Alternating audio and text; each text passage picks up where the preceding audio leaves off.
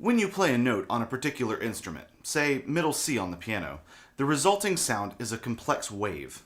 That piano string vibrates as a whole, but it also vibrates in halves, and in thirds, and in fourths, and so on. When it does this, it produces notes above the notes that were played, which we call harmonics. The built-in, preordained universal known as the Harmonic Series.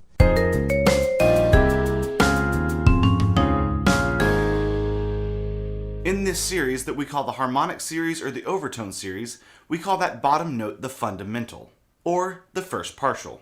That fundamental will have a particular frequency. For example, this A has a frequency of 55 Hz. This fundamental frequency is important because the Harmonic Series is an additive series, not an exponential one, which means that we find each additional partial by adding the fundamental frequency. So the second partial will be 55 from the fundamental frequency plus 55 to give us 110 Hz, which gives us the A an octave above, because the octave is a 2-to-1 ratio.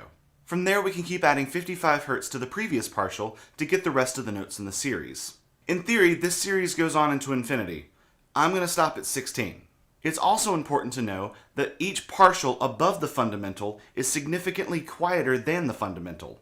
However, the lower the fundamental, the more audible are the overtones. This is what gives low notes their rich quality, because they are being reinforced by those overtones. This has been the A harmonic series that I've been showing you.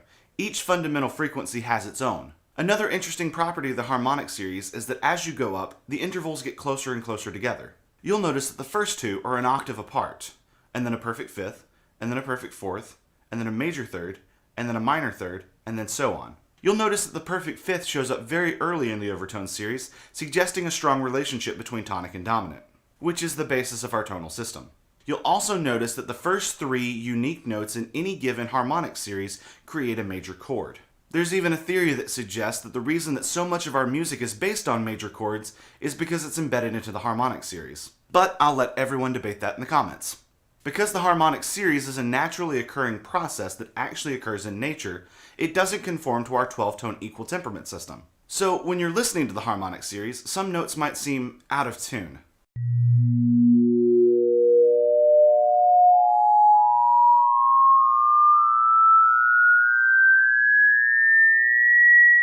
Some more than others. Like the 7th partial of the A series, it's not really the G natural that we think of when we play a piano. And the 11th partial is almost exactly halfway between D and E flat, or like E flat and a half.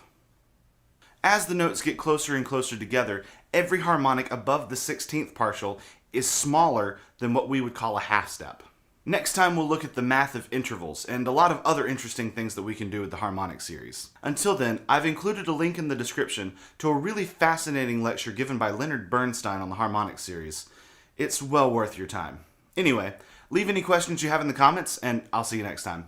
Thanks for watching this episode of 2-Minute Music Theory. If you like what you saw, please like and subscribe. Also be sure to check out my other channel, Jesse Strickland Music, which is home of all of my compositions.